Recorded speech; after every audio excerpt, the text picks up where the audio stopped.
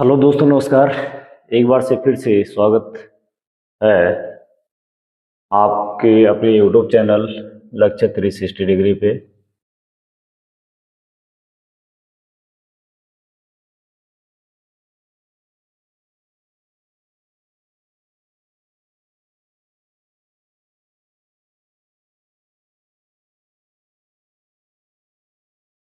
मैं रामराज भंडारी। हम लोगों की जो एनसीईआरटी और एससीईआरटी की क्लास की सीरीज चल रही है, इसमें हमारे जो टॉपिक चल रहे हैं वो इतिहास, भूगोल, राजनीति विज्ञान और अर्थशास्त्र। अभी हमारी जो सीरीज की टॉपिक राजनीति विज्ञान और अर्थशास्त्र के अभी कोई टॉपिक नहीं हुई है। इतिहास की कक्षा 6 से 8 तक की कंप्लीट हो चुके हैं। ज्योग्राफी 9 10 लगभग कंप्लीट है। 9th की कंप्लीट है, 10th के एक दो चैप्टर है रखे, वो भी जल्दी हो जाएंगे। इतिहास के 9th के 2 टॉपिक हो चुके हैं जो प्रतियोगिता परीक्षाओं की दृष्टि से महत्वपूर्ण है।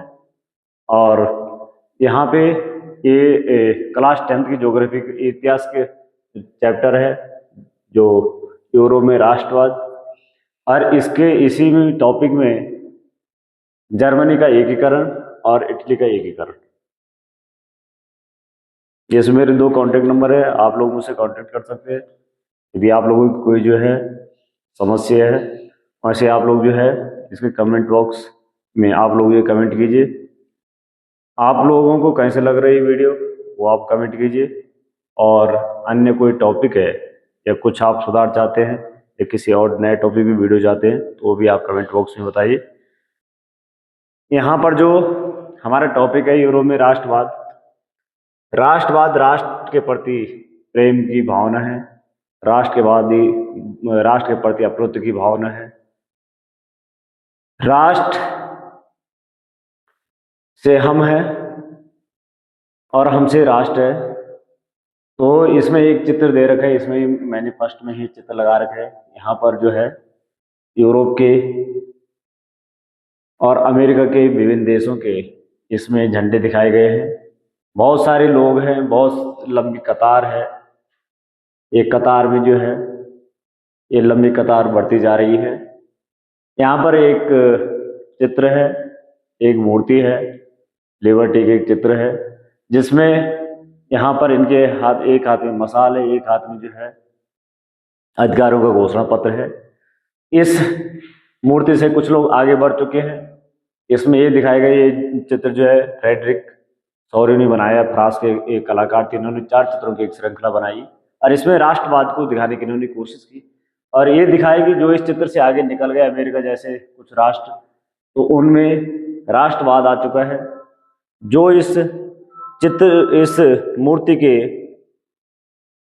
पास जो आगे निकल गए उनमें कब का राष्ट्रवाद में बहुत पहले राष्ट्रवाद आ चुका है।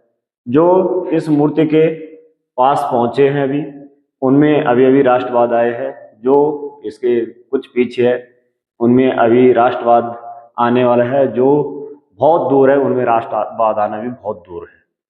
तो इन्होंने जो है, जो फ्रेडरिक सौर्य है, इन्होंने 4 चित्रों की एक श्रृंखला बनाई और इसमें यहाँ पे लिखा हुआ भी है। ये इसलिए लिखा हुआ है कि आपके हो सके यहाँ पे जो यूरोप में राष्ट्रवाद संबंध फ्रांसीसी कलाकार फ्रेडरिक सौर्य ने कितने चित्रों की एक श्रृंखला बनाई, तो 4 चित्रों की बनाई। राष्ट्रवाद संबंधित किसने जो है 4 चित्रों की एक श्रृंखला बनाई, तो फ्रेडरिक सौर्य ने बनाई। फ्रेडरिक सौर्य ने इन चित्रों में सपनों का एक संसार रचा जो उनके शब्दों में जनतांत्रिक और सामाजिक गणतंत्र से मिलकर बना था। फ्रांसीसी क्रांति के दौरान कलाकार स्वतंत्रता को महिला का रूप प्रदान किया करते थे। तो फ्रांसीसी क्रांति हमने देखी, तो फ्रांसीसी क्रांति में हमने देखा कि वहां पे स्वतंत्रता के प्रतीक के रूप में एक महिला का स्वरूप प्रदान किया गया। जैसे हम भी स्वतंत्रता या हम भी जो है राष्ट्रवाद के रूप में एक जो है महिला का रूप में वर्णन करते हैं या महिला का रूप जो है प्रदान करते हैं, जैसे भारत माता है। तो फ्रांस में मारिया शब्द वहाँ पे प्रमुख है। तो मारिया वहाँ की जो है जो स्वतंत्रता की प्रतीक है, मारिया है। और शौर्य के कल्पना दर्श शब्द का ही बात है। कल्पना दर्श के जो यूटोपिया है, यूटोपिया का मतलब आता है कि यूटोपिया का मतलब क्या है, कल्पना दर्श। यह कल्पना दर्श क्या है, तो कल्पना दर्श दुनिया के लोग अलग अलग राष्ट्रों के समूह में बंटे हुए हैं, उसमें कल्पना करके दिखाई गई है। राष्ट्रवाद की पहली स्पष्ट अभिव्यक्ति कब हुई है, तो 1789 में हुई है। और ये कहाँ से हुई है, जो फ्रांसीसी क्रांति हुई, फ्रांसीसी क्रांति के साथ ही राष्ट्रवाद की प्रथम अभिव्यक्ति हुई है। पहली स्पष्ट अभिव्यक्ति हमें फ्रांसीसी क्रांति से दिखाई देती है। फ्रांस में एक नया फ्रांसीसी झंडा तिरंगा, लगभग सभी देशों के झंडे तिरंगे हैं, 3 रंग के हैं। तो फ्रांस में भी एक नया फ्रांसीसी झंडा तिरंगा चुना गया, जिससे पहले के राष्ट्र ध्वज की जगह ली, जो जो वहाँ पे राजतंत्र का झंडा था उसकी जगह, तो फ्रांस ने भी कौन सा झंडा अपनाया, तिरंगा झंडा अपनाया फ्रांसीसी क्रांति दौरान। फ्रांस में स्टेट जनरल का चुनाव सक्रिय नागरिकों के समूह द्वारा किया जाने लगा और उसका नाम बदल करके नेशनल असेंबली कर दिया।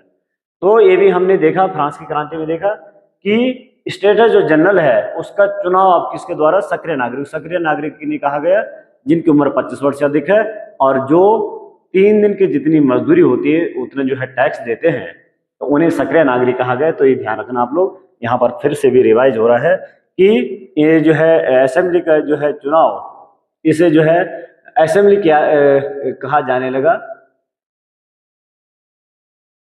जो वहां पे प्रतिनिधि संस्था थी अब उसे असेंबली कहा जाने लगा।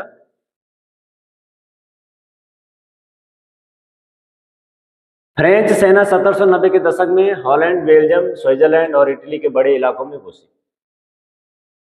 आगे 1790 में, 90 के दशक में, 1790 के दशक में जब नेपोलियन बोनापार्ट तो 1804 में फ्रांस का क्या बन जाता है, सम्राट बन जाता है, शासन सत्ता अपने हाथ में ले लेते हैं। लेकिन इसी 90 के दशक में जब डायरेक्टरी का शासन वहां पे खत्म हो जाता है और फ्रांस की सेना इन देशों में घुसती है और इन देशों में भी राष्ट्रवाद लाने की कोशिश करती है और इन देशों को जो है जीतती है। इन देशों को जो है कहते हैं हम आप लोगों को स्वतंत्र दिलाएंगे, हम लोगों को आप लोगों को अधिकार दिलाएंगे। तो इन देशों में क्या करती है कि इन देशों में वहां के शासकों को हटा करके नेपोलियन बोनापार्ट अपने ही लोगों को वहां पर बिठाता है। क्रांतिकारी युद्धों के शुरू, अब यहाँ पे एक युद्ध कैसे युद्ध है, क्रांतिकारी युद्ध। युद्धों के शुरू होने के साथ ही फ्रांसीसी सेनाएं राष्ट्रवाद के विचार को विदेशों में ले जाने लगी। इन विचारों को कौन जो है विदेशों में, दूसरे देशों में ले जा रही है, राष्ट्र जो है यहाँ पे ले जा रही है फ्रांसीसी सेना। 1804 की नागरिक संहिता है, ये नेपोलियन संहिता के नाम से भी इसे जानते हैं। 1804 की जो नागरिक संहिता है इसे नेपोलियन संहिता के नाम से भी जानते हैं। तो 1804 की जो है नागरिक संहिता, जिसे आमतौर पर नेपोलियन संहिता के नाम से भी जाना जाता है, ने जन्म पर आधारित विशेषाधिकार क्या कर दिया, समाप्त कर दिया। जन्म के आधार पर जो विशेष अधिकार हम देखते थे कि जो कुलीन वर्ग है या चाहे जो है पादरी वर्ग है, उनको जन्म के आधार पर विशेष अधिकार मिलते थे। जन्म होते ही वो जो है वो टैक्स इत्यादि से उन्हें छूट रहती थी। तो ये इन्होंने ये क्या कर दिया, इसमें विशेष अधिकार खत्म कर दिए गए। उदारवादी यानी लिबरलिज्म शब्द लातिन भाषा के मूल लेबर पर आधारित है, जिसका अर्थ है आजाद। तो ये भी आप लोग ध्यान रखना कि उदारवादी जो है इसका ये कौन सा शब्द है और इसका अर्थ क्या है। यहाँ पे कुछ सन दे रखे। 1797 में नेपोलियन का इटली पर हमला, नेपोलियन युद्धों की शुरुआत यहाँ से होती है, यहीं से जो है इनकी शुरुआत होती है। और इन्होंने जो इटली पे, चाहे जो है जर्मनी, चाहे जो है यहाँ पर बेल्जियम, स्विट्जरलैंड इत्यादि, लेकिन एक ही राष्ट्र छोड़ता है, एक राष्ट्र जो छोड़ता है वो छोड़ता है इंग्लैंड। तो इंग्लैंड जो नेपोलियन का जो युद्ध होते हैं, नेपोलियन की जो सेना घुसती है इंग्लैंड पे, वो जो है कब्जा नहीं कर पाते। इंग्लैंड पे जो है इंग्लैंड छूट जाता है और इंग्लैंड से नेपोलियन क्या करता है कि नेपोलियन इंग्लैंड को अलग थलग करता है आर्थिक मोर्चे पे। आर्थिक मोर्चे पे नेपोलियन ये अलग थलग करता है। इंग्लैंड से जितने भी देशों को जो है नेपोलियन अपने अधिकार में लेता है, जितने देशों में भी राष्ट्रवाद को लाता है, उन देशों को जो है उनसे इंग्लैंड का व्यापार को जो है बंद करवा देता है। तो 1804 14 से 15 में क्या देखते हैं, नेपोलियन का पतन हो जाता है, वियना शांति संधि होती है। तो 1815 में वियना शांति संधि होती है और 1815 में नेपोलियन की जो है वाटरलू के युद्ध में हार हो जाती है। 1821 में देखते हैं यूनानी स्वतंत्रता के लिए संघर्ष प्रारंभ होता है। 1821 में यूनानी स्वतंत्रता संघर्ष। अब जो ये जितने भी यूरोप के देश है, इनका जो है यूनान इनका पालना कहा जाता है। यूनान की संस्कृति जो है यहीं से यूरोप की संस्कृति निकली हुई है और यही यूनान खुद जो है स्वतंत्र नहीं था। ये जो है एक जो ऑटोमन जो साम्राज्य है, मुस्लिम साम्राज्य है, इसके अधीन था। तो इसके लिए अब इन्हें यूनान के जितने भी जो है यूरोप के देश है, इनको लगता है कि जो हमारे संस्कृति की पालना है, जो हमारे जहाँ से हमारी संस्कृति निकली हुई, ये देश गुलाम है। इसके लिए जो है स्वतंत्र के संघर्ष प्रारंभ होता है और 1821 में ही नेपोलियन बोनापार्ट की मृत्यु होती है सेंट हेलेना द्वीप में।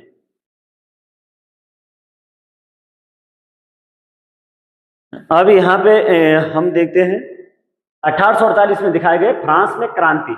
1848 में फ्रांस में फिर से क्रांति होती है।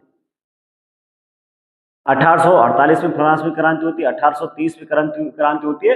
1848 से जो क्रांति है, आर्थिक परेशानियों से ग्रस्त कारीगरों, औद्योगिक मजदूर और किसानों की बगावत, मध्य वर्ग सम्मान और प्रतिनिधित्वात्मक सरकार के गठन की मांग करता है। इतालवी, जर्मनी, मैग्यार, पोलिश, चेक आदि राष्ट्र राज्यों की मांग करते हैं।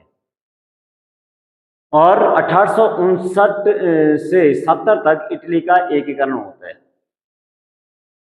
1866 से 71 तक जर्मनी का एकीकरण होता है और 1905 में हेम्सबर्ग और ओटोमन साम्राज्य में स्लोव राष्ट्रवाद मजबूत होता है। तो ये जो है कुछ यहाँ पे तिथियां दे रखी है, आगे हम इनको देखते हैं, इनसे संबंधित आगे मिलेगा।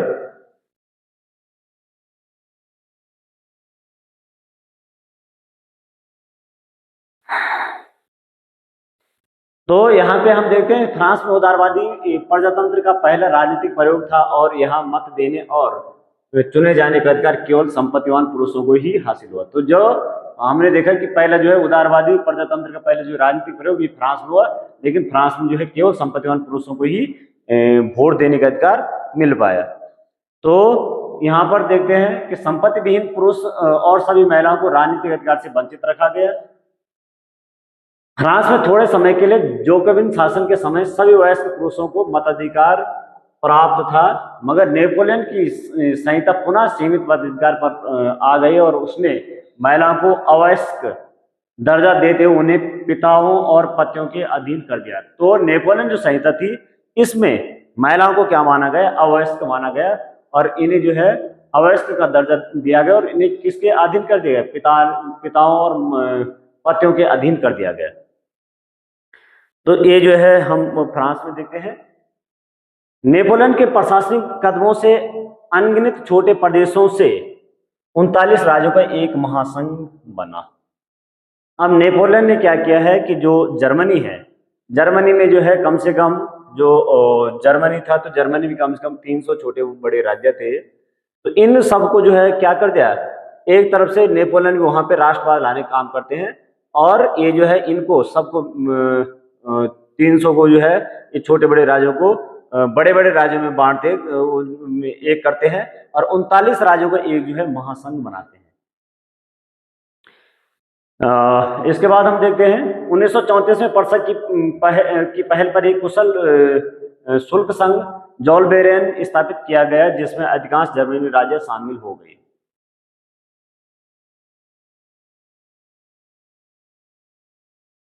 तो यहाँ पे क्या दिखाया गया कि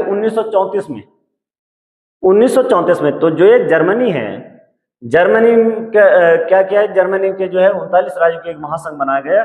1934 में जर्मनी में सबसे बड़ा राज्य था पर्सा और पर्सा की पहल पे एक कुशल शुल्क संघ टैक्स, क्योंकि यहाँ पे क्या होता था कि यूरोप में कि एक जगह से दूसरी जगह जाने पे अलग अलग टैक्स व्यवस्था अलग अलग थी और नाप तोल की व्यवस्था अलग अलग थी। तो एक जो है शुल्क संघ बनाया गया जिसका नाम क्या किया गया, जोलबेराइन स्थापित किया गया जिसमें अधिकांश जर्मन राज्य शामिल हो गए। तो अधिकांश जर्मन राज्य इस शुल्क में शामिल हो गए। तो ध्यान रखना आप लोग कि जो ये जोलवरन क्या है, तो ये एक शुल्क संघ है और इसमें क्या कर दिया गया कि सभी शुल्कों को एक कर दिया गया और जो टैक्स लगते थे वो एक ही टैक्स कर दिया गया। बार बार टैक्स, जैसे अभी जीएसटी है तो बार बार टैक्स नहीं देना पड़ता है, यही इसमें कर दिया गया। और नाप तोल की एक ही प्रणाली कर दी गई, टैक्स को बहुत कम कर दिया गया। तो ये एक शुल्क संघ है और उसमें जर्मनी के सभी राष्ट्र उसमें सम्मिलित हो गए। अब एक काम वहां पे जो है नेपोलियन ने वहां पे जो है वो कर दिया। 1815 में ब्रिटेन, रूस, प्रसा और ऑस्ट्रिया जैसी यूरोपीय शक्तियों जिन्होंने मिलकर नेपोलियन को हराया था के प्रतिनिधि यूरोप के लिए एक समझौता तैयार करने के लिए वियना में मिले। अब 1815 में जो है ब्रिटेन, रूस, प्रसा और ऑस्ट्रिया इन शक्तियों ने मिलकर के नेपोलियन बोनापार्ट को हराया। और वैसे पहले भी जो है नेपोलियन बोनापार्ट की जो है 14 में भी हार हो चुकी थी। उस समय वो उनको जो है जेल में डाल देगा, वहां से वो भाग करके फिर वो जो है कुछ समय के लिए फिर जो है 1815 में फिर जो है हराया। फिर नेपोलियन बोनापार्ट ने फिर सेना इकट्ठी की। 1815 में वाटरलू का युद्ध हुआ जिसमें जो है इन्होंने ब्रिटेन, रूस, प्रसा और ऑस्ट्रेलिया जैसी यूरोपीय शक्तियों ने मिलकर के नेपोलियन को हराया। और हराया था कि अब इनके प्रतिनिधि, ये जो है जितने भी राष्ट्र हैं इनके प्रतिनिधि यूरोप के लिए एक समझौता तैयार करने के लिए कहां इकट्ठे हुए? वियना में। ऑस्ट्रेलिया की राजधानी है वियना। तो यहां मिले। इस सम्मेलन जो ये कांग्रेस है इसकी मेजबानी किसने की? ऑस्ट्रेलिया के चांसलर मैटरनिक, ड्यूक मैटरनिक ने की। तो वियना जो कांग्रेस है इसके जो है अध्यक्षता किसने की थी? मैटरनिक ने की थी और वो जो है ऑस्ट्रेलिया के उस समय चांसलर थे।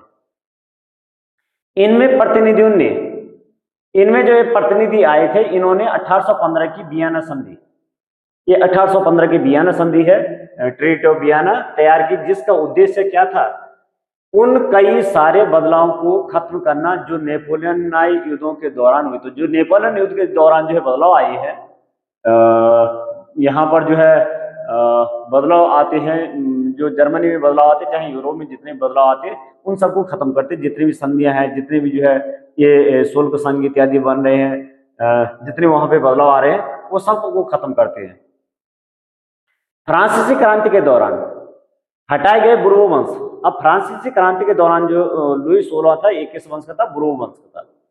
तो नेपोलियन बोनापार्ट फ्रांस से क्या हो गया? खत्म हो चुका है। इसको जो है वहां से हटा करके जेल डाल दिया गया, जेल उसे सजा दे दी गई है।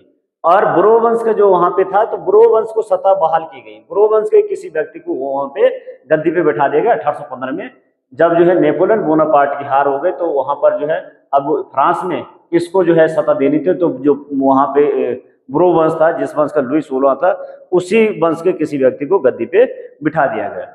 तो ये जो है बुर्बो वंश को सत्ता बहाल किया गया और फ्रांस ने उन इलाकों को खो दिया जिन पर उसने नेपोलियन के अधीन किया था।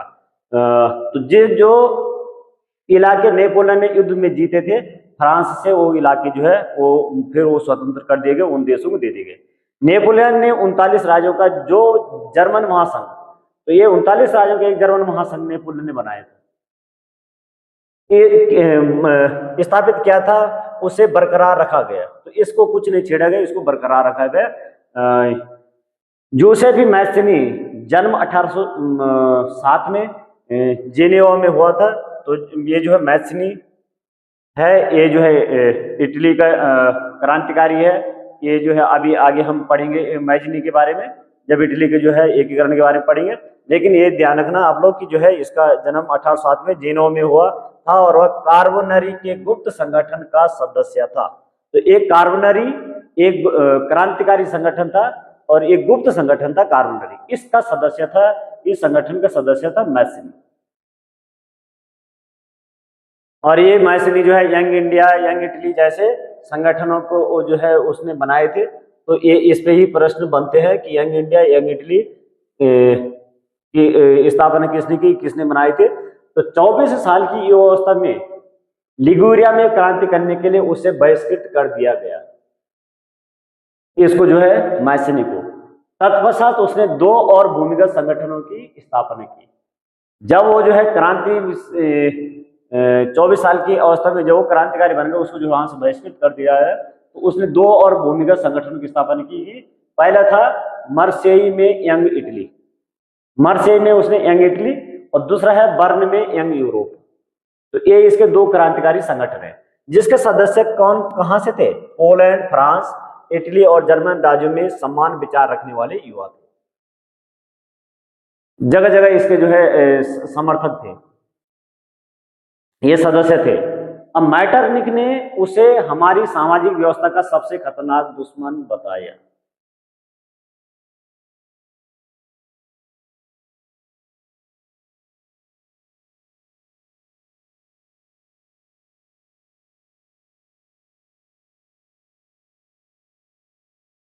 तो जो यहाँ पे मैसनी है, मैसनी ये चाहता था कि जो इटली अनेक राज्यों में बंटा हुआ है उसका एकीकरण करना चाहता था। तो इसके बारे में जो है और इसने जो इसके गुप्त संगठन है ये पूरे यूरोप में फैला हुआ, तो इसके बारे में टिप्पणी करके मैटरनिक ने उसे क्या कहा कि हमारी सामाजिक व्यवस्था का सबसे खतरनाक दुश्मन मैटरनिक ने जो है किसको बताया है? मैसनी को बताया है। जुलाई 1823 में फ्रांस के विद्रोह ने बुर्बोन राजा की जगह एक संवैधानिक राजतंत्र स्थापित किया है, जिसका अध्यक्ष लुई फिलिप था। अब 1830 में मैंने अभी कहा कि 1830 में फ्रांस में जो है 1830 में भी एक क्रांति होती है, और 1830 में क्या हो जाता है? फ्रांस में विद्रोह हो जाता है। जो बुर्बोन वंश का जो शासक था उसको जो है उसको गद्दी से हटा दिया गया और उसकी जगह एक संवैधानिक राजतंत्र स्थापित किया गया। राजतंत्र स्थापित किया गया, राजतंत्र वहां पे रहा, लेकिन वो राजतंत्र कैसे हो गए? संवैधानिक राजतंत्र स्थापित किया गया, जिसका अध्यक्ष किसे बनाया गया? लुई फिलिप को 1830 में वहां पर बनाया गया। संवैधानिक राजतंत्र का अध्यक्ष लुई फिलिप को बनाया गया। 1848 में फिर क्रांति होती है वहां पे। मैटरनिक ने एक बार यह टिप्पणी की थी कि अब यहाँ पे बार बार क्या हो रहा है? फ्रांस में बार बार जो है क्रांति हो रही है, फ्रांस में जो है बार बार बदलाव आ रहा है। फ्रांस में हमने देखा कि पहले वहां का जो शासक है लुई 16, उसके विरोध जो है जनता ने विद्रोह किया। फिर वहां पर जो है उस समय के लिए जोकोविन जो क्लब है उसके जो है उसके पास सत्ता आती है। 2 साल तक उसके बाद सत्ता आती है। फिर वहां पर डायरेक्टरी के शासन आता है। फिर वहां पर जो है डायरेक्टरी के शासन के बाद जो है नेपोलियन बोनापार्ट उसी चीज का फायदा उठाता है, और फिर नेपोलियन बोनापार्ट अपने पास सत्ता हत्या लेते हैं। 1804 में वो जो है फ्रांस का शासक बन जाते हैं। 1815 तक रहते हैं। 1815 में जब जो है नेपोलियन बोनापार्ट की हार हो जाती है, तो फिर उसके जगह जो है जो बुरो वंश का जो है बुरो वंश का ही किसी व्यक्ति को वहां पर शासक बना दिया जाता है। और 1815 से 30 में फिर जो है जुलाई में वहां पे क्रांति होती है, और बुरो जो वंश का जो शासक है उसको हटा दिया जाता है, और उसकी जगह वहां पर एक संवैधानिक राजतंत्र आता है। बीच में वहां पे पहले भी संवैधानिक राजतंत्र आता है 1900 जो है 1791 में, और 1789 की क्रांति बाद 1890-91 में। लेकिन इसके बाद जो है यहाँ पर संवैधानिक जो राजतंत्र 1830 में स्थापित किया जाता है, इसमें अध्यक्ष जो है इसके लुई फिलिप को बनाया जाता है। मैटरनिक ने इसी बात पे जब इतना जो है यहाँ पे बार बार बदलाव आ रहा है, और इन बदलाव के कारण जो है पूरे यूरोप में बदलाव आ रहा है, क्योंकि हमने देखा कि वहां पे जो है नेपोलियन बोनापार्ट ने पूरे यूरोप में बदलाव कर दिया। तो नेपोलियन बोनापार्ट ने जब ऐसा बदलाव किया और अब फिर यहाँ पे क्या आ गया? बुरो वंश के राज्य को हटा दिया गया। तो इसी पे मैटरनिक क्या करता है? टिप्पणी करता है। और क्या टिप्पणी करता है कि मैटरनिक जो टिप्पणी करता है, तो मैटरनिक ने एक बार टिप्पणी की थी कि जब फ्रांस छींकता है तो बाकी यूरोप की सर्दी जुकाम हो जाता है, यूरोप को सर्दी जुकाम हो जाता है। मैटरनिक कहता है कि जब फ्रांस छींकता है तो बाकी यूरोप को सर्दी जुकाम हो जाता है, यानी फ्रांस में बदलाव आ गया है, तो इसका मतलब अब जो है बाकी यूरोप में भी ऐसा कुछ होगा। तो ये टिप्पणी जो है मैटरनिक ने की है।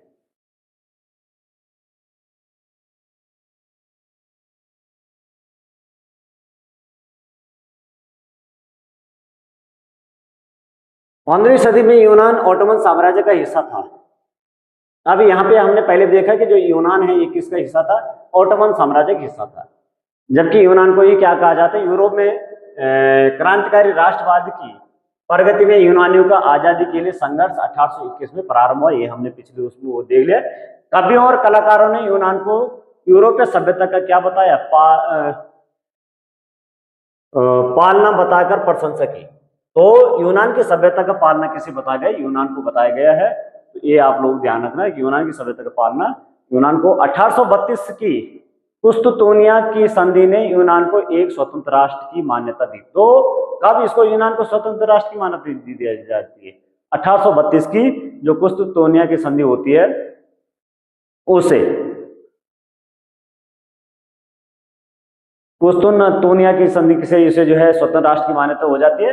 अब है रोमानीवाद। कई बार ये जो है रोमानीवाद भी पूछे जाते हैं। रोमानीवाद क्या है? तो रोमानीवाद एक जो है सांस्कृतिक आंदोलन है।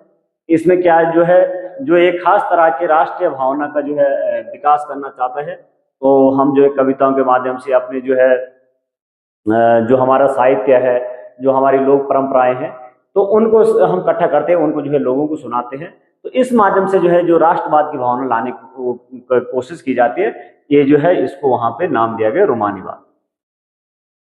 1848 में, अब 1848 में क्या हो जाता है? खाने पीने की कमी और व्यापक बेरोजगारी से पेरिस के लोग सड़कों पर उतर आए।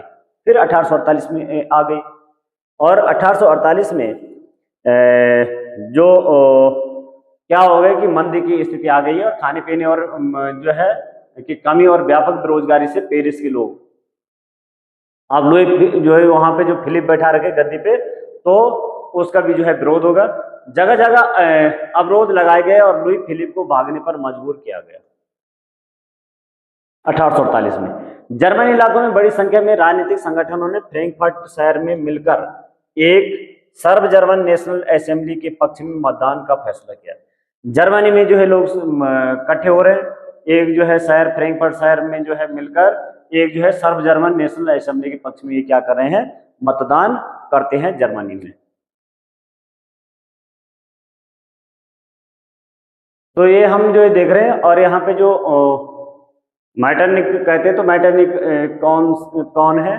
तो ये जो है ऑस्ट्रिया के मंत्री है मैटरनिक। और यहाँ पे कहा जाता है कि ये जो जर्मनी में बड़ी संख्या में राजनीतिक संगठन, यहाँ पे फ्रैंकफर्ट संसद की स्थापना होती है, फ्रैंकफर्ट शहर में मिलती है। जर्मनी में जो है लोग कहाँ पे मिलते हैं? फ्रैंकफर्ट शहर में मिलते हैं और यहाँ पे सर्व जर्मन नेशनल असेंबली के पक्ष में लोग जो है मतदान करते हैं। अच्छा, जो है फ्रैंकफर्ट शहर में मिलते हैं, फ्रैंकफर्ट जो है संसद में मिलते हैं, ये अपने आप से ही इकट्ठे होते हैं, अपने आप से जो है मिलते हैं। वहां पे जो है फ्रैंकफर्ट संसद में बैठते हैं और वहां पर क्या करते हैं? सर्व जर्मन जो है नेशनल की स्थापना करते हैं अपने आप से ही। वहां पर जो है एक जो है सर्व, तो यहाँ पर 18 मई 1848 को कितने प्रतिनिधि बैठते हैं? 831 निर्वाचित प्रतिनिधि ने, 831 निर्वाचित प्रतिनिधि ने एक सजे धजे जुलूस में जाकर के फ्रैंकफर्ट संसद में अपना स्थान ग्रहण कर लिया। जर्मनी में यह स्थिति होती है। यह संसद सेंट पॉल चर्च में आयोजित की जाती है। जो ये जो है संसद वो आयोजित की जाती है जर्मनी में, तो ये जो है कहाँ पे? सेंट पॉल संसद सेंट पॉल चर्च में आयोजित की जाती है, जिसमें एक जर्मन राष्ट्र के लिए क्या करते हैं? संविधान का प्रारूप भी तैयार कर देती है। जर्मन का ये जो है जो एकीकरण हम देख रहे हैं, तो जर्मन का भी एकीकरण भी देखेंगे। लेकिन यहाँ पर जो जर्मनी का जो एकीकरण है ये किस ढंग से हो रहा है? तो यहाँ पर जो है जर्मनी में हमने देखा कि यहाँ पर क्या करते हैं कि सारे लोग मिलकर के, कुछ जो है नेता इत्यादि इकट्ठे हुए और बड़ी संख्या में राजनीतिक संगठन इकट्ठे हुए, फ्रैंकफर्ट शहर में मिले और एक जो है सर्व जर्मन नेशनल जो है असेंबली के पक्ष में मतदान करते हैं। 831 निर्वाचित जो प्रतिनिधि में जो है कुछ प्रतिनिधि चुने जाते हैं और ये 18 मई को कहाँ मिलते हैं? 18 मई को जो है ये मिलते हैं जर्मनी। और जर्मनी के जो है जो सबसे बड़ा वहां पे राज्य है वो है परसा। जर्मनी में सबसे बड़ा राज्य है परसा। तो वहां पर क्या होते हैं कि 18 मई 1847 को 831 निर्वाचित प्रतिनिधि जो है एक सजे जुलूस के साथ जो है सीधे फ्रैंकफर्ट में पहुंचते हैं और वहां पर क्या करते हैं? संसद में अपना जो है संसद में जाते हैं, अपना स्थान ग्रहण कर लेते हैं।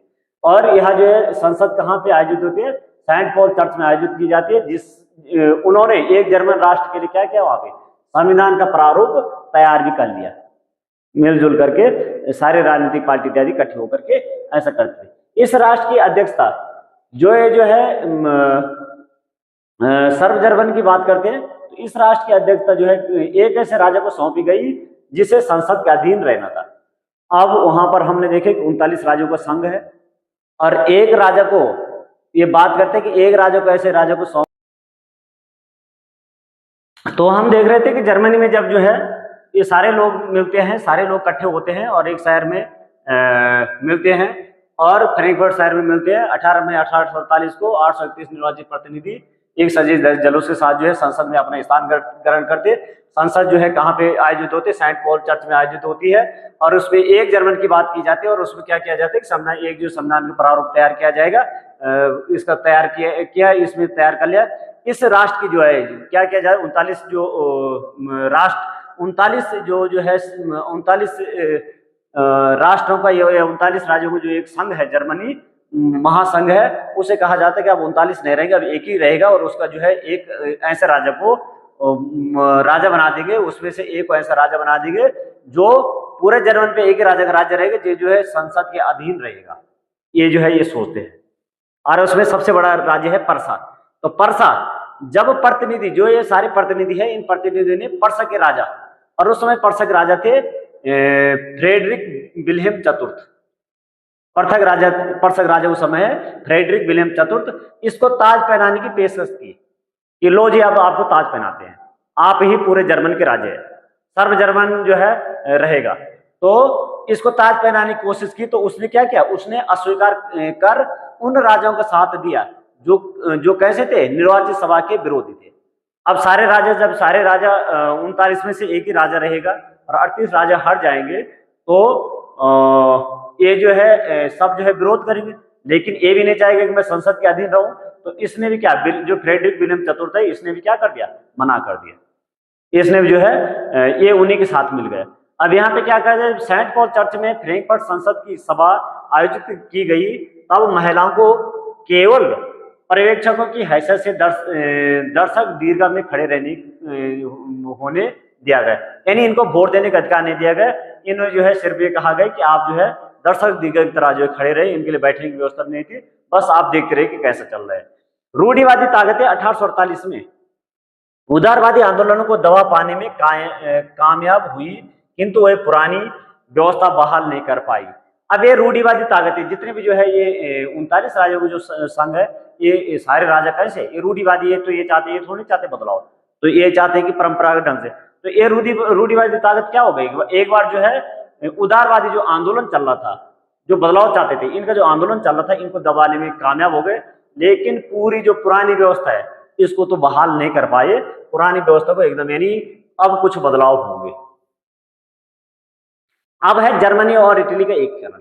अब हम सबसे पहले देखते हैं जर्मनी का एकीकरण किस ढंग से होता है, क्योंकि जो फ्रेडरिक विलियम चतुर्थ है, इसने तो मना कर दिया कि भाई मैं तो बनूंगा नहीं राजा, ठीक है, मुझे तो ऐसे जैसा चल रहा है वैसे रहने दो। तो पर्सा ने जर्मनी में, अब यहाँ पे क्योंकि सबसे बड़ा राज्य पर्सा है, पर्सा ने जर्मनी में राष्ट्र एकीकरण के आंदोलन का नेतृत्व संभाल लिया। अब जिस पर्सा को जो है कहा जा रहा था कि भाई आप क्या करो, आप जो है आप पर्सा के राजा कहा जा रहा था कि आपको ही राजा बना देते पूरे जर्मनी का। अब पर्सा ही राज्य ने जर्मनी में राष्ट्र एकीकरण का आंदोलन का जो नेतृत्व चल रहा था उसको खुद संभाल लिया। पहले तो वहां के राजा ने मना किया था, लेकिन अब संभाल लिया। अब कैसे संभाल लिया, उसका प्रमुख मंत्री पर्सा जो प्रमुख मंत्री था वो कौन था, ऑटो वान बिस्मार्क रक्त एवं लोहे की नीति अपनाने वाला व्यक्ति है, रक्त एवं लोहे की नीति का समर्थक है, इस प्रक्रिया का जनक था। तो जर्मनी के एकीकरण की प्रक्रिया का जनक कौन है, जो इसका प्रमुख मंत्री है ऑटो वान बिस्मार्क, ये इस प्रक्रिया का जनक था, जिसने पर्सा की सेना और नौकरशाही की मदद ली। इसने जो सेना की मदद ली, नौकरशाही की मदद ली। अब वहां पे जो है क्या किया जा रहा था कि सेना के लिए कुछ सामान खरीदने थे, लेकिन नौकरशाही वहां पर जो है क्या हो रहा था कि बहुमत नहीं हो पा रहा था, इसने जो है उस बिल को पास करवा दिया सेना के लिए। तो इसने जो है बहुत काम किया। 7 वर्ष के दौरान इसने किससे युद्ध किया, ऑस्ट्रेलिया से युद्ध किया, जहां पे जो है ऑस्ट्रेलिया का जो है अधिकार था। डेनमार्क और फ्रांस से 3 युद्धों में पर्सा को जीते हुए और एकीकरण की प्रक्रिया पूरी की। तो इसके पर्सा को जीत हुई और इसने जो है इसका जर्मनी का एकीकरण कर लिया। जहां जहां पर जिसका जो है शासन था उनको जो है जीत लिया। अब यहाँ पे जनवरी 1871 में, जर्मनी 1871 में वार्सा में हुई एक समारोह में पर्सा के राजा विलियम प्रथम को जर्मन का सम्राट घोषित किया गया। और इसका जो है संपूर्ण जर्मन का सम्राट जो है सम्राट अब पहले जो है जो विलियम चतुर्थ था उसको बनाया जा रहा था, फ्रेडरिक विलियम चतुर्थ को। लेकिन अब जो है किसको बनाया गया? जनवरी 1871 में वार्साई में एक समारोह हुआ और वार्साई के समारोह में क्या किया गया? राजा विलियम चतुर्थ को क्या बनाया गया? जर्मनी का सम्राट घोषित किया गया। 18 जनवरी 1871 की सुबह बेहद ठंडी थी। जर्मन राज्यों के राजकुमारों, सेना के प्रतिनिधियों और प्रमुख मंत्री ओटोवान बिस्मार्क समेत पर्सा के महत्वपूर्ण मंत्रियों की एक बैठक वार्साई के महल के बेहद ठंडे Sheesh Mahal hall of mirrors में हुई। तो ये जो है बैठक कहाँ पे हुई, इसको आप ध्यान रखना कि ये जो है वार्साई के जो है महल में हुई। और उसमें भी एक जो है शीश उसके जो है बेहद ठंडे शीश महल में हॉल उसका जो है जो किस कमरे में हुई? हॉल ऑफ मिरर्स में हुई। तो वहां पे सभा ने पर्सा के काइजर विलियम प्रथम, क्या नाम है इसका? विलियम जो प्रथम इसका नाम है, काइजर विलियम प्रथम के नेतृत्व में नए जर्मन साम्राज्य की घोषणा कर दी। तो ये आप लोग देखना कि 18 जनवरी को जो है ये हो गया है। और कौन बना है जर्मनी का शासक? तो काइजर विलियम प्रथम जर्मनी का शासक। अब हम देखते हैं इटली का एकीकरण। इटली के एकीकरण, तो जर्मनी के एकीकरण में किस राज्य ने महत्वपूर्ण भूमिका निभाई? पर्सा ने। पर्सा सबसे बड़ा राज्य था। किस व्यक्ति ने निभाई है? तो ओटोमन जो बिस्मार्क है उसने निभाई है। ओटोमन बिस्मार्क रक्त एवं लोहे की नीति का समर्थक है और उसने जो है जर्मनी का एकीकरण करवाने में महत्वपूर्ण भूमिका निभाई। वो क्या था? वहां का जो है प्रमुख मंत्री था वहां का। तो 19वीं सदी के मध्य में इटली 7 राज्यों में बंटा हुआ था। अब यहाँ पे कहा जा रहा है कि 19वीं सदी के मध्य में यानी 1850 40 50 50 60 में जो है कहा जा रहा है कि इटली क्या है? 7 राज्यों में बंटा हुआ था, जिसमें इसे केवल एक सार्डिनिया पीडमोंट में एक इतालवी राजघराने का शासन था। तो एक ही राज्य वहां पे था, सार्डिनिया पीडमोंट, जिसमें इतालवी राजघराने का शासन था। और ये सार्डिनिया पीडमोंट, जैसे वहां पे हम देखते हैं कि जर्मनी के एकीकरण करने में जो पर्सा राज्य है उसकी महत्वपूर्ण भूमिका है, उसी प्रकार यहाँ पर जो है सार्डिनिया जो पीडमोंट राज्य है, यहाँ इसी पे इतालवी राजघराने, पुराना जो इतालवी राजघराने शासन है, अन्य में जो है कहीं पे ऑस्ट्रिया, कहीं पे जो है स्पेन है, कहीं पे जो है फ्रांस है, कहीं पे पोप का शासन है। तो यहाँ पर जो है सार्डिनिया पीडमोंट जो राज्य है वहीं पे यही क्या करेगा? यही जो है इटली का एकीकरण की प्रक्रिया में महत्वपूर्ण भूमिका निभाएगा। उत्तरी भाग ऑस्ट्रिया हेम्सबर्ग के अधीन था। अब जो है इटली का उत्तरी भाग था वो ऑस्ट्रेलिया में हेम्सबर्ग जो कभी जो है पुराना राज्य जो है साम्राज्य राजवंश हुआ करता था, राजवंश, उसके अधीन था। हेम्सबर्ग के अधीन था। मध्य इलाकों पर पोप का शासन था। इटली के जो मध्य वाले इलाके हैं वहां पर किसका शासन है? पोप का शासन है। पेबल्स राज्य उसे कहते थे। तो वहां पे पोप का शासन था। और दक्षिणी क्षेत्र पे स्पेन के बुर्बो वंश, तो दक्षिणी क्षेत्र में स्पेन में बुर्बो वंश, तो स्पेन दक्षिण वाले क्षेत्र में स्पेन के बुर्बो वंश का शासन था 1830 के दशक में। अब यहाँ पे देखते हैं हम कि 1830 का जो दशक है उस दशक की बात हो रही है। तो 1830 के दशक में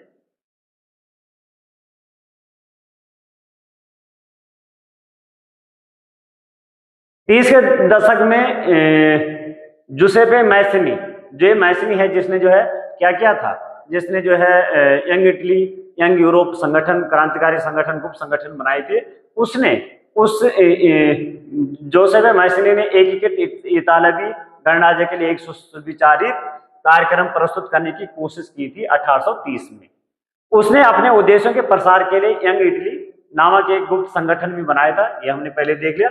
इतालवी राज्यों को जोड़ने की जिम्मेदारी किसको दी गई? इतालवी राज्यों को जोड़ने की जिम्मेदारी सार्डिनिया पीडमोंट के शासक विक्टर इमैनुएल द्वितीय पर आ गई। अब किस पे आई, क्यों आई कि ये जो, और ये भी ध्यान रखना कि किस राज्य पे? तो सार्डिनिया पीडमोंट। और कौन है वहां का शासक? किस पे आई? विक्टर इमैनुएल द्वितीय पे आ गई। जैसे जो है जर्मनी में बिस्मार्क पे आई है। और इसका प्रमुख मंत्री है विक्टर इमैनुएल द्वितीय का जो मंत्री है, प्रमुख मंत्री, वो कौन है? काबूर। काबूर भी कई बार आता है कि ये जो है काबूर। तो इसका प्रमुख मंत्री काबूर, जिसने इटली के प्रदेशों को एकीकृत करने वाले आंदोलन का नेतृत्व किया। तो इटली के प्रदेश को एकीकृत करने का नेतृत्व किसने किया था? काबूर ने किया था। नियमित सैनिकों के अलावा जोसेफ गोरिबाल्डी के नेतृत्व में भारी संख्या में सशस्त्र स्वयं सेवकों ने इस युद्ध में हिस्सा लिया। अब जो है यहाँ पे जो काबूर है, जो मंत्री है, यहाँ का प्रमुख मंत्री है, और यहाँ का जो शासक विक्टर एमुनल, ये जो है एकीकृत इटली के एकीकरण की जिम्मेदारी इस पे आ गई। ये एकीकृत करो, इसका भी इसने भी ये काम किसको सौंप दिया? काबूर को सौंप दिया। और एक जो है यहाँ पे क्रांतिकारी मैसिनी, और एक और व्यक्ति है गैरिबाल्डी है, जोसेफ गैरिबाल्डी। तो जोसेफ गैरिबाल्डी ने क्या किया कि इस जोसेफ गैरिबाल्डी के नेतृत्व में भारी संख्या में सशस्त्र स्वयं सेवक, जिनके पास जो है इस प्रकार के स्वयं सेवक है, जिनके पास जो है क्या है, हथियार भी है, उनको जो है इस युद्ध में इसने जो है बहुत सारे सशस्त्र स्वयं सेवकों को इकट्ठा किया और इस युद्ध में हिस्सा लिया। 1861 में इमोनुएल द्वितीय को एकीकृत इटली का राजा घोषित किया गया। तो इसको जो है इटली के एकीकरण करने में किसने महत्वपूर्ण भूमिका निभाई है? यहाँ पर निभाई सार्डिनिया पीडमंट का जो शासक है, और किस किस क्षेत्र में कहाँ पर किस किस का जो है शासन, ये भी हमने इसमें देख लिया है। ऑस्ट्रेलिया हेम्सबर्ग का जो है उत्तरी भाग में है, मध्य भाग में जो पोप का है, दक्षिणी वाले में जो है यहाँ पर जो है स्पेन के पुराने जो राजवंश, बुर्बो राजवंश का शासन है, और एक वो जो है इतालवी शासन जो है वहां पे कितने में 7 राज्यों में बंटा हुआ था।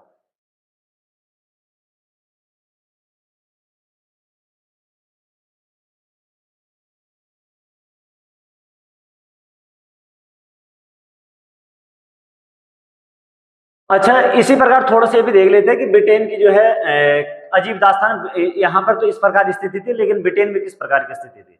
तो ब्रिटेन में थोड़ा से अलग प्रकार की स्थिति थी। तो ब्रिटेन में जो स्थिति थी अलग से,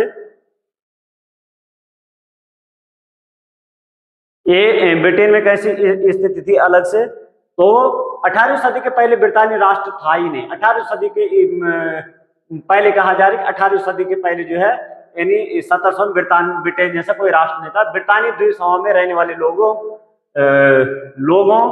इनमें कौन कौन से थे? अंग्रेज थे, वेल्स थे, स्कॉट थे, आयरिश की मुख्य पहचान निर्जातीय यानी एथनिक समूह ग्रुप में की जाती थी।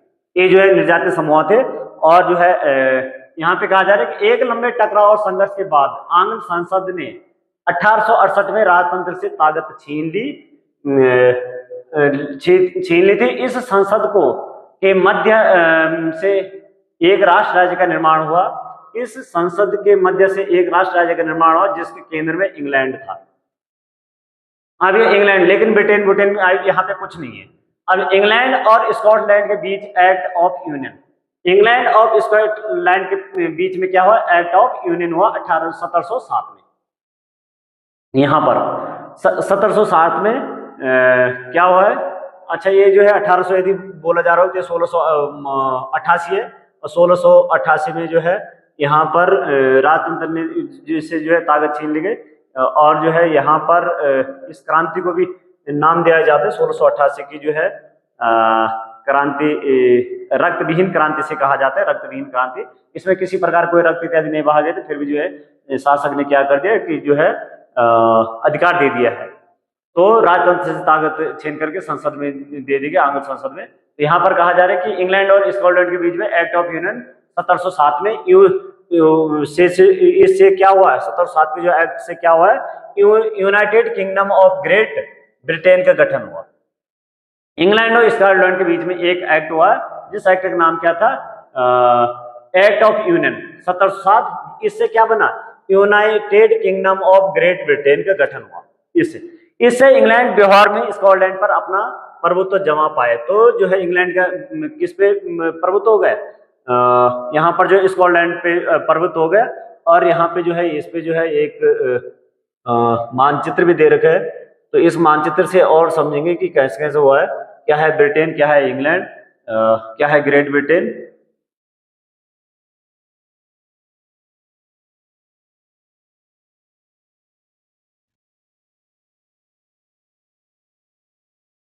तो यहाँ पे देखते हैं कि वोल्फटोन और उसकी यूनाइटेड आयरिश मेन 1798 की अगुवाई में हुए अब असफल विद्रोह के बाद 1801 में आयरलैंड को बलपूर्वक यूनाइटेड किंगडम में 1801 में क्या गया कि आयरलैंड को भी उन्होंने किसमें मिला दिया, यूनाइटेड किंगडम में शामिल कर लिया गया। एक नए ब्रिटानी राष्ट्र का निर्माण किया गया जिस पर हावी आंग्ल संस्कृति का प्रचार प्रसार किया गया। नए ब्रिटेन के प्रतीक चिन्हों ब्रिटानी झंडा जो है, जो ये सब जो है मिलकर के चिन्हों ब्रिटानी झंडा, यूनियन जैक, जो ये ब्रिटानी झंडा है, ब्रिटेन का झंडा है, ये इसे यूनियन जैक कहा जाता है। राष्ट्रीय गान वहाँ पे God save our noble king जो है यहाँ पे है, वो खूब बढ़ावा दिया गया और पुराने राष्ट्र इस संघ में माथा सहयोगी के रूप में हो गए जो पुराना। अब यहाँ पे कहना क्या चाह रहा है कि क्या है ये जो है, ये यहाँ पे कहा जा रहा है कि पहले तो ये कह रहे हैं कि ब्रिटेन जैसा कोई राष्ट्र था ही नहीं, फिर ब्रिटेन जैसा कोई राष्ट्र था नहीं तो इंग्लैंड था, तो इंग्लैंड था तो जो है क्या हुआ कि ये जो है इसने एक एक्ट हुआ और इस एक्ट के तहत जो है वेल्स को भी इसमें मिला दिया गया और इसको मिलाकर के क्या बन गया है, जो वेल्स भी मिल गया है, तो इसको मिलकर के ब्रिटेन बन गया। इन दोनों को मिलाकर के ब्रिटेन बन गया, इंग्लैंड और वेल्स को मिलाकर के ब्रिटेन बन गया। और जब जो है इसमें वैसे सारे राष्ट्र अलग अलग है, इस समय भी वर्तमान में राष्ट्र अलग अलग है और एक जो है ये इस प्रकार इनके जो है एक संघ भी है। तो जब इंग्लैंड को और वेल्स पहले से है, जब इसमें स्कॉटलैंड भी जो है मिला दिया जाता है तो ग्रेट ब्रिटेन बन जाता है। और जब यहाँ पे जो है इसके साथ ये जो है इंग्लैंड है, वेल्स है, स्कॉटलैंड है, और जब उत्तरी आयरलैंड भी इसमें सम्मिलित किया हो जाता है तब यह यूनाइटेड किंगडम हो जाता है। तो उत्तरी आयरलैंड, ये उत्तरी आयरलैंड वाला हिस्सा। तो इस प्रकार जो है इंग्लैंड क्या है, इंग्लैंड एक राष्ट्र है। ब्रिटेन क्या है, ब्रिटेन जो है जब उसमें वेल्स भी उसमें सम्मिलित किया जाता है तब जो है ब्रिटेन बन जाता है। और ग्रेट ब्रिटेन क्या है, जब वेल्स इंग्लैंड वेल्स और स्कॉटलैंड से सम्मिलित हो जाता है, ये स्कॉटलैंड है तो ये स्कॉटलैंड में सम्मिलित हो जाता है तब क्या बन जाता है, ग्रेट ब्रिटेन बन जाता है। और जब जो है यानी यहाँ पर थोड़े से अलग ही वो दिखाने की कोशिश कीजिए, और जब इसमें जो है इन सब के साथ जो है आयरलैंड भी उत्तरी आयरलैंड में सम्मिलित हो जाता है तो यूनाइटेड किंगडम हो जाता है। तो यहाँ भी यही वो बताया गया कि इसकी जो है थोड़ा से अजीब सी दास्तान है यहाँ पर जो है। अब यहाँ पे जो जोसेफ गेरिवाल्ड है, वाल्डी है, इसको जो है इसके बारे में यहाँ पे देखते हैं कि इसके बारे में थोड़ा सा यहाँ पे क्या दे रखा है। जो महत्वपूर्ण बिंदु होंगे उनको आप लोग जो है जरूर नोट करते रहें, ये जो है आप लोगों से गुजारिश है। जोसेफ गेरिवाल्ड जो है वाल्डी 1807 से 82 तक संभवतः इटली के स्वतंत्रता सेनानी में सबसे मशहूर है। उसका संबंध एक ऐसे परिवार से था जो तटीय व्यापार में संलग्न था और वह स्वयं व्यापारिक नौसेना में एक नाविक था। 1833 में उसकी मुलाकात मैथिनी से, जो मैथिन जो एक क्रांतिकारी संगठन का जो है सदस्य ने, बल्कि उसके जो है प्रबंधक भी है, उसको बनाने वाला भी है।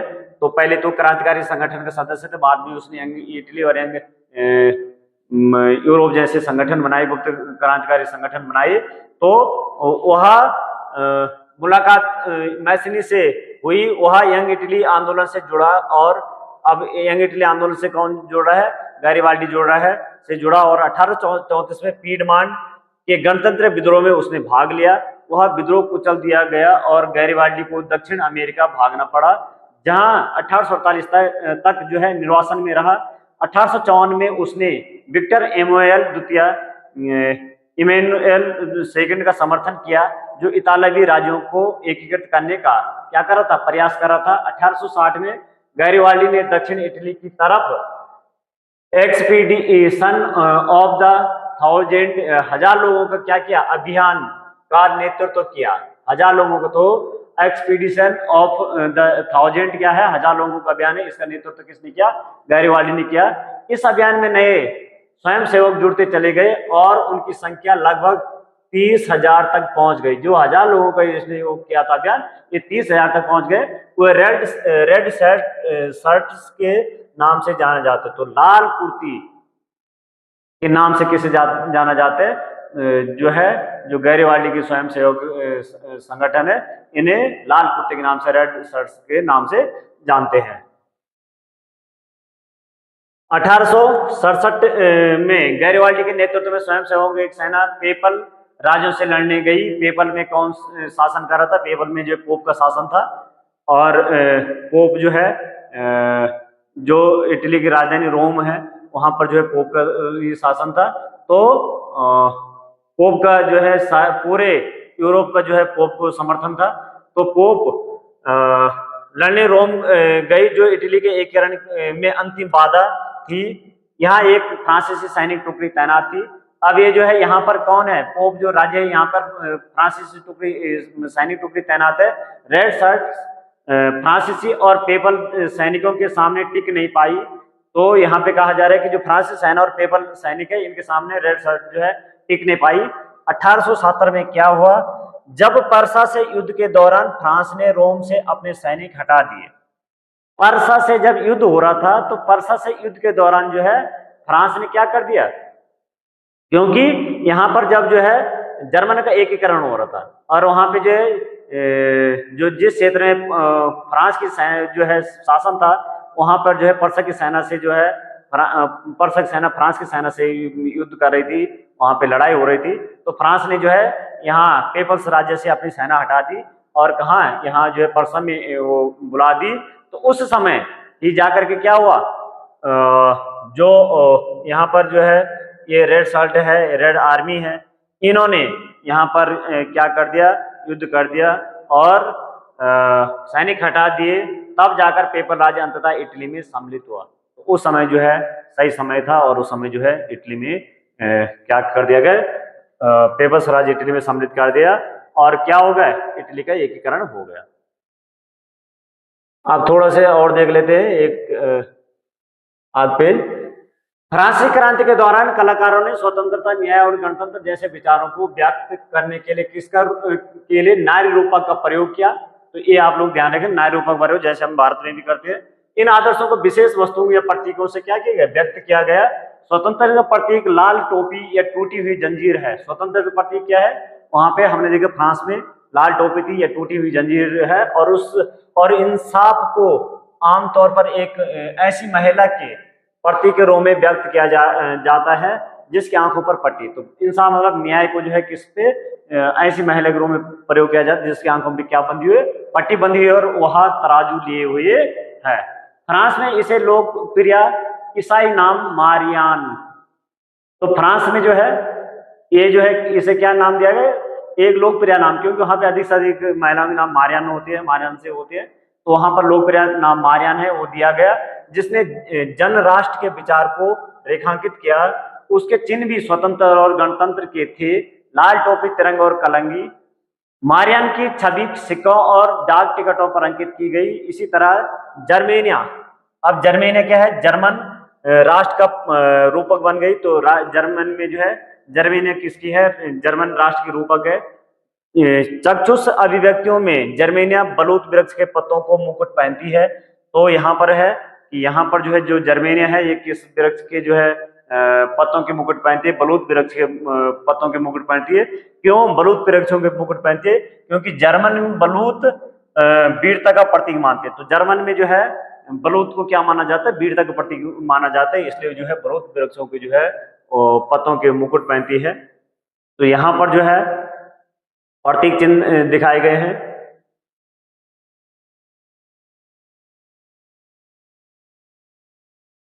टूटी हुई बेड़िया किस चीज का प्रतीक है? आजादी का, आजादी मिलने का प्रतीक है। बाज छाप कवच है, बाज छाप कवच है। यहाँ पे एक कवच है जिसपे बाज की छाप है। तो एक किस चीज का प्रतीक है? जर्मन साम्राज्य की प्रतीक शक्ति, जर्मन साम्राज्य की प्रतीक शक्ति इसको दिखाया गया है। जर्मन साम्राज्य की प्रतीक शक्ति है ये। बलूत पत्तियों का मुकुट किस चीज का? बहादुरी का प्रतीक। तो बलूत जो ये मुकुट है उस पे बलूत की पत्तियां हैं, तो ये जो है किस चीज के प्रतीक है? यहाँ पर जो है बहादुरी के प्रतीक है। तलवार मुकाबले की तैयारी के प्रतीक है। यदि तलवार है तो ये मुकाबले की तैयारी के प्रतीक है। और तलवार में जो है यदि लिपटी हुई जैतून की डाली है तो शांति की चाह। यदि तलवार में जो है ये जैतून की पत्तियां जो है डाली लिपटी हुई इसमें दिखाई गई तो फिर शांति की चाह की जो है प्रतीक है। लाल, काला और सुनहरा तिरंगा जो है लाल काला और सुनहरा तिरंगा किसका है? 1848 में उदारवादी राष्ट्रवादियों का झंडा है, जिसने जर्मन राज्य में डेयोमा के प्रतिनिधित्व घोषित कर दिया। और उगते सूर्य जो है, उगते सूर्य की किरणें किस चीज के प्रतीक है? एक नए युग का सूत्रपात। तो उगते हुए सूर्य की किरणें जो है यदि कहीं पे वो दिखाई गई है तो पिछले उसमें हम देखी तो नए युग के सूत्रपात का प्रतीक है। और यहाँ पे जो है जर्मनी के एक जो है चित्र दिखाए गए हैं। तो यहाँ पे जो है जर्मनी जो है क्या दिखाई गई? हताश दिखाई गई, निराश दिखाई गई। जैसे हमारे भारत माता भी है तो उसी प्रकार यहाँ पे जर्मनी है। तो यहाँ पे यदि कोई संकट और ऐसी स्थिति आ जाती है तो वहां पर उदास इत्यादि उसमें दिखाए गए जर्मनी को। तो इसी के साथ जो है बहुत बहुत धन्यवाद। आप लोग जो है इस सीरीज को अन्य लोगों तक भेजे। ये सभी लोगों के लिए, चाहे कक्षा 10 के विद्यार्थी है, कंपटीशन एग्जाम के विद्यार्थी है, सभी लोगों के लिए जहां पर विश्व इतिहास पूछे जाते हैं सभी लोगों के लिए महत्वपूर्ण रहने वाला है। और जो भी प्रश्न बनेंगे इससे, चाहे इटली के एकीकरण से, जर्मनी के एकीकरण से, यूरो में राष्ट्रवाद संबंधित, तो इसी जो है सीरीज से ही लगभग यहीं से बनने ही संभव है। तो आप लोग जो है ध्यान से देखें, नोट डाउन करते रहें और अधिक से अधिक लोगों को इससे जो है पहुंचाए। Thank you.